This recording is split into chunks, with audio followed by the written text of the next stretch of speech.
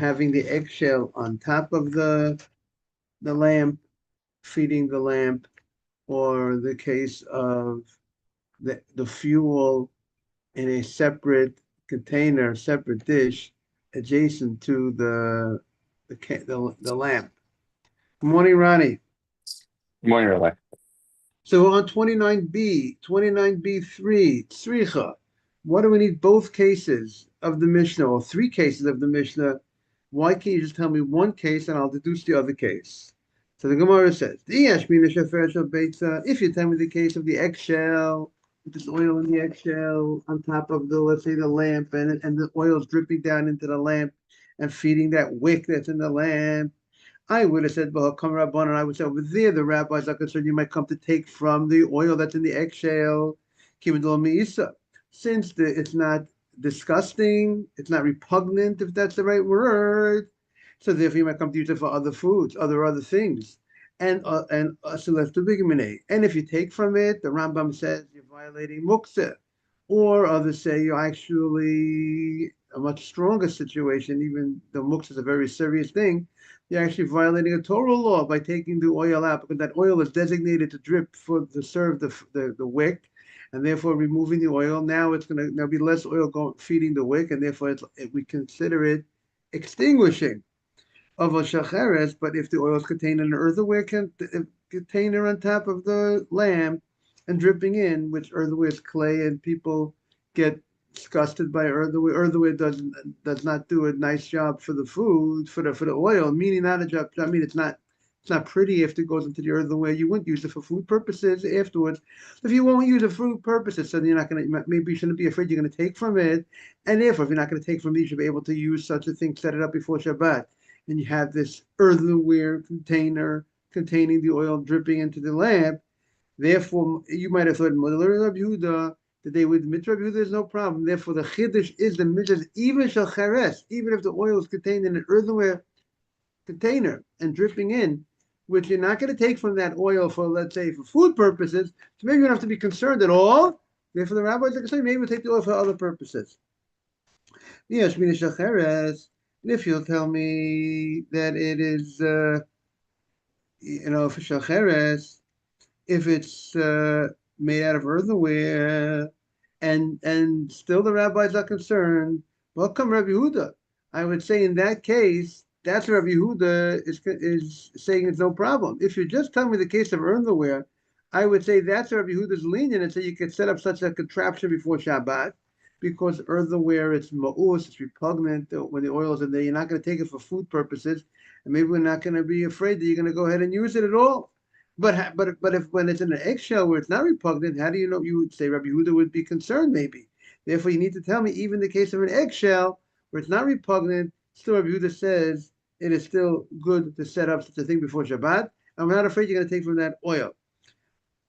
In the case where it's an eggshell, I would thought maybe they agree to the Rabbanon. So therefore, you got to tell me, even in that case, they say that it's still not a problem. We're not afraid you're going to take it, even if it's in a nice eggshell, clean cut eggshell. The oil is dripping down. We're not afraid you can take the oil out of that. It's because it's pretty obvious to the person that, this is for the lamp and you're not going to come to touch it. And if you tell me these two cases, what do you need the case of the oil is in a plate next to let's say, the lamp, and there's a wick in the plate with the oil, and that the other wick goes the other extends to the lamp, and it's lit, and the fire is coming out of the lamp, and it's fueled in a plate of oil next door. If you just tell me these two cases, I would have said Rabbi Yehuda says there's no problem, because you're not afraid, because there's no separation between the fuel and the lamp, because the fuel is right on top of it, it's dripping in from right here's the lamp, and here's the drip. So there's nothing separate. But when you have a plate in between, there's a space between, this is the lamp and this is the plate. So there's a little space between the lamp and the plate. And therefore, you might have thought that it looks as two different entities, and maybe people would come to take from the oil that's in the plant, because they see the oil in the plant. They don't look at it as like it's part of the candelabra. when something's on top of the candelabra, it's going right in, right? There's no separation. People will say, okay, it's part of the candelabra, hands off, don't touch. That oil is for the candelabra, and they won't come to use it on Yom Tov, on Shabbat, on Shabbat. But if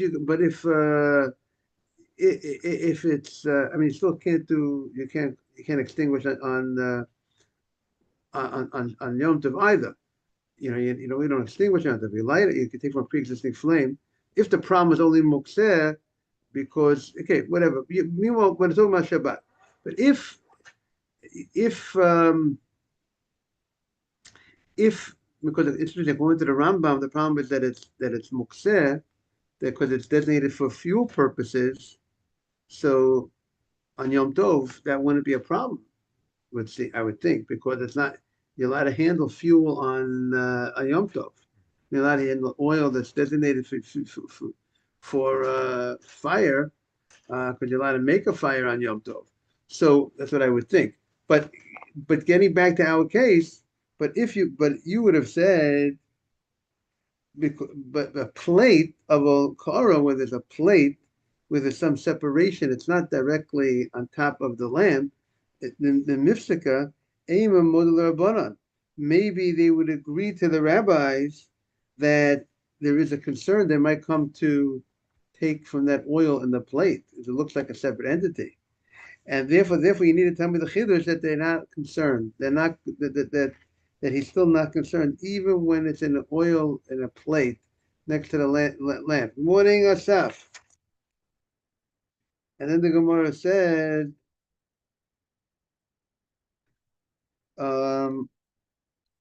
if you'll tell me the case of the plate, that there's oil in the plate, that they argue over there whether you could set up oil in a plate with the one end of wick in the plate and one end of the wick in the lamp, I would have said, but he come Rabban, only with the other rabbi say there's a problem, but it looks like a separate entity. It's a plate, it's separate than the lantern and the lamp, right? Here's the plate, here's the lamp. So it looks like, however, Bahani Tarti, but in the case of, but in the other two cases where it's not a lamp, where it's not a plate, I'm sorry, where it's just a shell going directly into the, fueling directly into the lamp, where there's no interruption. It doesn't look like two separate entities. It's just like, even though it's not soldered on, it's not connected exactly, but just missing that nail. I mean, there's nothing, it's like one entity. People might have said, hey, Mother Yehuda, I would have said, it agrees to Rabbi Yehuda, there's no problem. You could go ahead and set up that shell. You would have thought, because people would look at it as one entity, and therefore they won't come to touch it on Shabbat, Sricha. Therefore, you need to tell me the Chidush, that even in that case, where there is a shell directly on top of the lamp, and dripping right into the lamp, Sricha, you need to tell me that, into the lantern, whatever you want to call it, that even there the rabbis are concerned that you might come to take from it for personal use. Okay. And the Gemara continues. Mazel tov. We finished that piece. Right, Asaf? Right, Ronnie? It says in the Mishnah that if the potterer, or the man who's expert in soldering things together, the Yotzer, Hashem, we're going to say Yotzer Hamorot, right? Hashem is the creator of the lights. So here's the Yotzer, means the person who is able to, the potterer, the one who puts things together. If he's the blacksmith of the utensils, of putting, the different, someone's a black, certain things you're a blacksmith, certain things, tailor for shoes, a different type, not tailor, I mean, shoemaker. This guy is puts these things together. If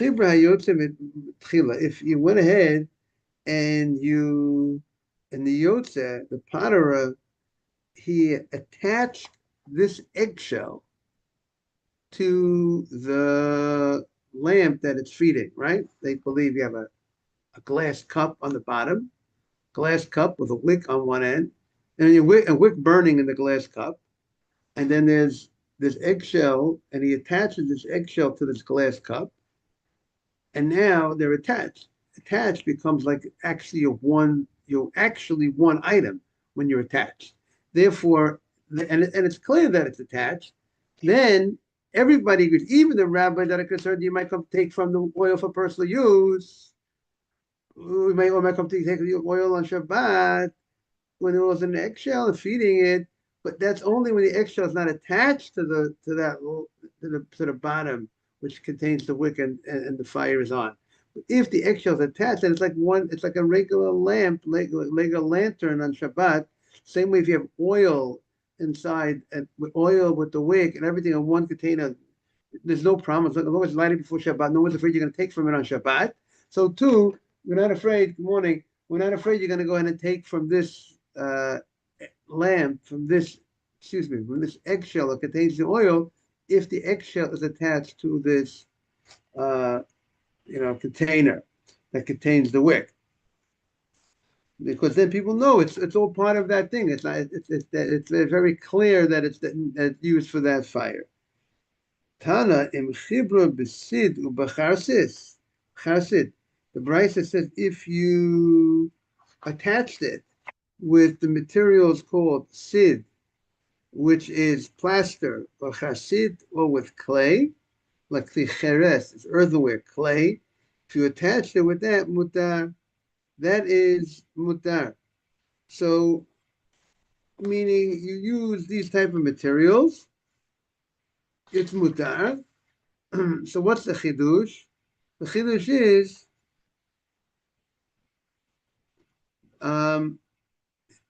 it could be. I mean, it could be okay. Well, so maybe the Brisa is saying in Chibra that the Balabayit himself, that the owner of the house attached it, not that it was attached by not that it was attached by a potter. In Chibra, B'tzira b'chasit, if you attach it with the clay, or you attach it with the plaster or clay, that's good. So is the chidush that it's the balabayit, that even though it's not the potterer that attached it, as long as it was attached, it's good enough. Or maybe there's a chidush in the materials, that even these materials are considered sufficient enough that we could go ahead and consider a proper attachment.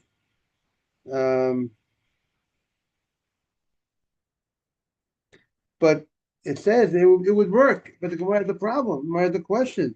What do you mean? V'hanan yotzer tnan im chibra hayotzer, which is a potter, a professional, an expert. And now it says even the balabait, even the owner himself, the household owner, has the ability to go ahead and attach it. So it sounds like if it says that yotzer, that it's the potterer, it sounds like it has to be a professional job. If the Gemara says no, my yotzer, when the Mishnah says yotzer, it doesn't mean potterer. It means you did a job like a potterer. Kein yotzer, you did a real good attachment, and then and that's sufficient. So therefore, that maybe even though you attach it with this plaster, this clay, which perhaps might not be the best material, perhaps of attaching.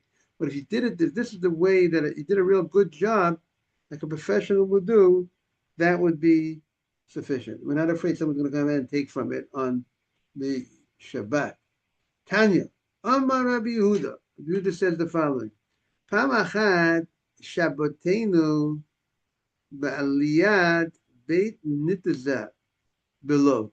One time, Lod is the Lud today in Israel, right? There's the airport in Lud, right? Today, one time we were with Shabbat in the city of Lud on Shabbat, and we were in the attic of Beit Nitza. Person by name Beit Nitza, and the Violona Shefafesha Beita. We want to welcome again David, who's joined us. Morning, good to see David. Boker Tov. We are on 29B3 on the bottom right side. So we're having a story, and in life, sometimes when a story happens and there are rabbis there and rabbis don't say anything, maybe you could deduce some, certain law from the fact that they didn't say anything. So we're going to see a story. What happened? You got it, David? Yes. Tanya. Rabbi Yehuda says, Pam achat, one time we were Shabbatenu, for Shabbat we were in Lod. We were in Lod, They brought us an eggshell of melanu shemen. This is Friday afternoon. We filled up the eggshell with, this is the container they used, Daddy, like that. They used eggshells, they didn't throw things out. They were creative in their use. And they used the eggshell. People sometimes use the pickle juice bottle for certain things, right? Some people they don't throw out the pickle juice, the pickle bottle, right? They went ahead and they took the eggshell, v'nikvunuha, and they made a hole in the eggshell. V'nachnuha pian, and we put it on top of the lamp. So we have this eggshell on top of this, let's say, lamp, which had it by the side of the lamp that it's going to go ahead. It's going to drip right in.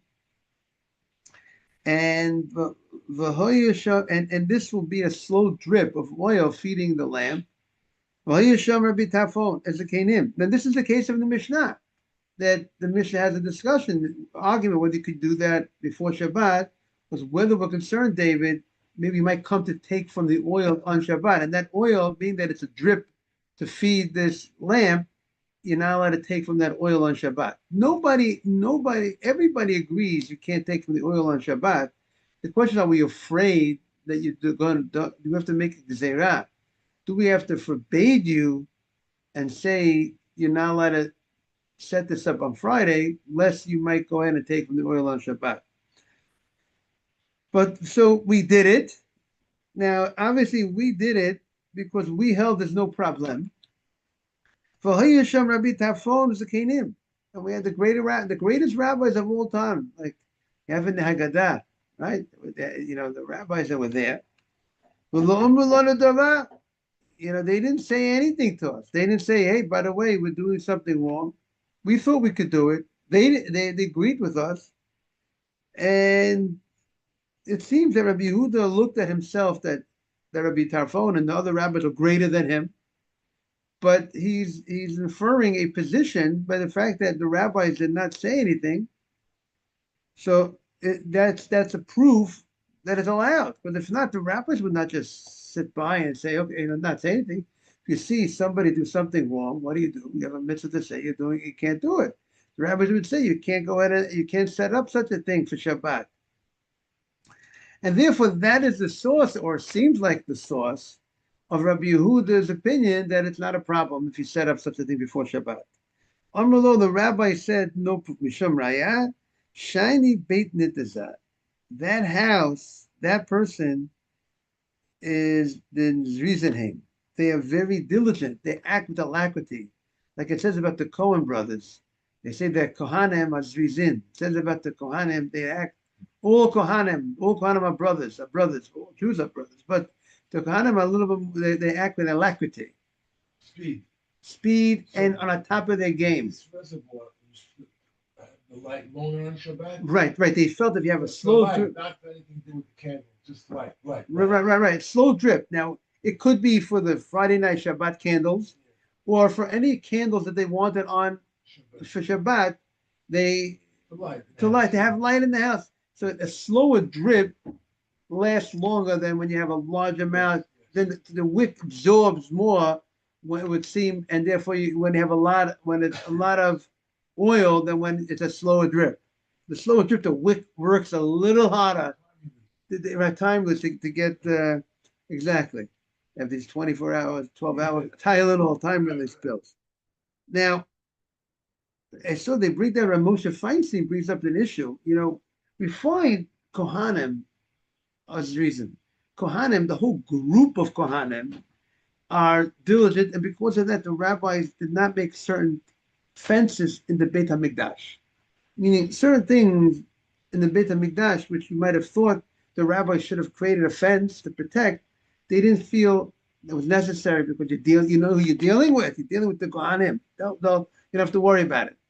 But individuals, generally, we don't say because someone's an individual and he's diligent, he's a big tzaddik, he's a holy person, and he's so God fearing that therefore the Lord's different for him.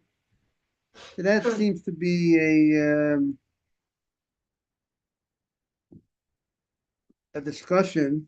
That's something that Dibro Moshe, that Moshe is going to discuss.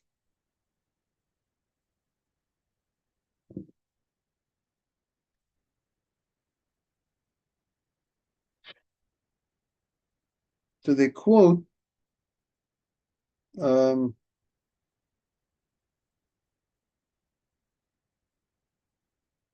if they bring an answer, I think that all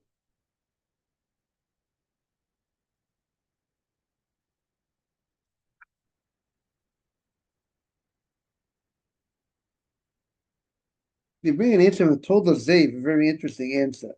He says that really, when the rabbis would make a fence, originally they didn't make the fence on all the people, only on the people that are not so diligent. And just like the Kohanim are not included in the Gezerot, so too the people that are diligent from the rest of the people are not included in the decree. Only afterwards that the rabbi saw that problems came out when you made a distinction between these type of people and that type of people. Then the rabbi said we gotta do across the board to everybody. Everybody got to be included in the fence. But it was only from that time on. It was only from that time on would they did they say include everybody else. But this case was by the original enactment, where they originally did not include everybody in the enactment. But post that, when they saw problems happen, when if you don't say this guy's included in the enactment, then everybody thinks they're not included in the enactment. And if he could do it, and I could do it, but they don't say but he could do it because he's very on top of his game. You're not on top of your game, but they saw you can't do it. You got to just be across the board. That was his suggestion. Okay. Um,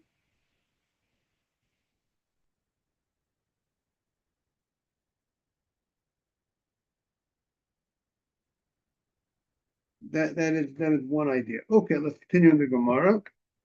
The Gemara says like this. Avin Sipura. Another story. Avin Sipura. Avin, who was from a town called Sipori. We've had in the Gemara. It's a name of a town in the Galilee area. Gora Safsala Be'elita Deshesha.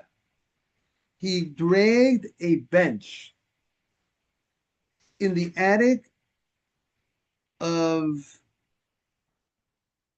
a marble attic. The ground was made out of marble. So it's not a dirt ground where it's going to make a groove, might make a groove, which if you intentionally on a dirt ground may want to make a groove, that's like plowing, that softens the soil, right? That groove, David, cuts into the ground and softens the soil. But here it was in an attic that had a nice floor, that had a nice marble floor. I think we're the only people only have marble floors today. Thousands of years ago, they had marble floors. Le'ila, in front of Rabbi Yitzchak ben Elazar, even though you cannot drag according to some opinions, some rabbis say, we're going to see in the Gemara, it's a major dispute, famous argument. Can you drag a bench in outside, dirt in the dirt in the country in the grass type of thing, where are you allowed to drag it on Shabbat? I want to bring the bench on Shabbat from one place to another. So Rabbi Shimon says, as long as you're not intending to, as long as it's not definite that you're going to make a groove in the ground, not always when you drag the bench is going to make a groove. If it's not definite that you're going to make a groove, and you're not intending for that to make the groove, you could do it. Because that's called something that's not mitchavein. You're not intending to do it. It's not definite that it's going to be done. You could do it.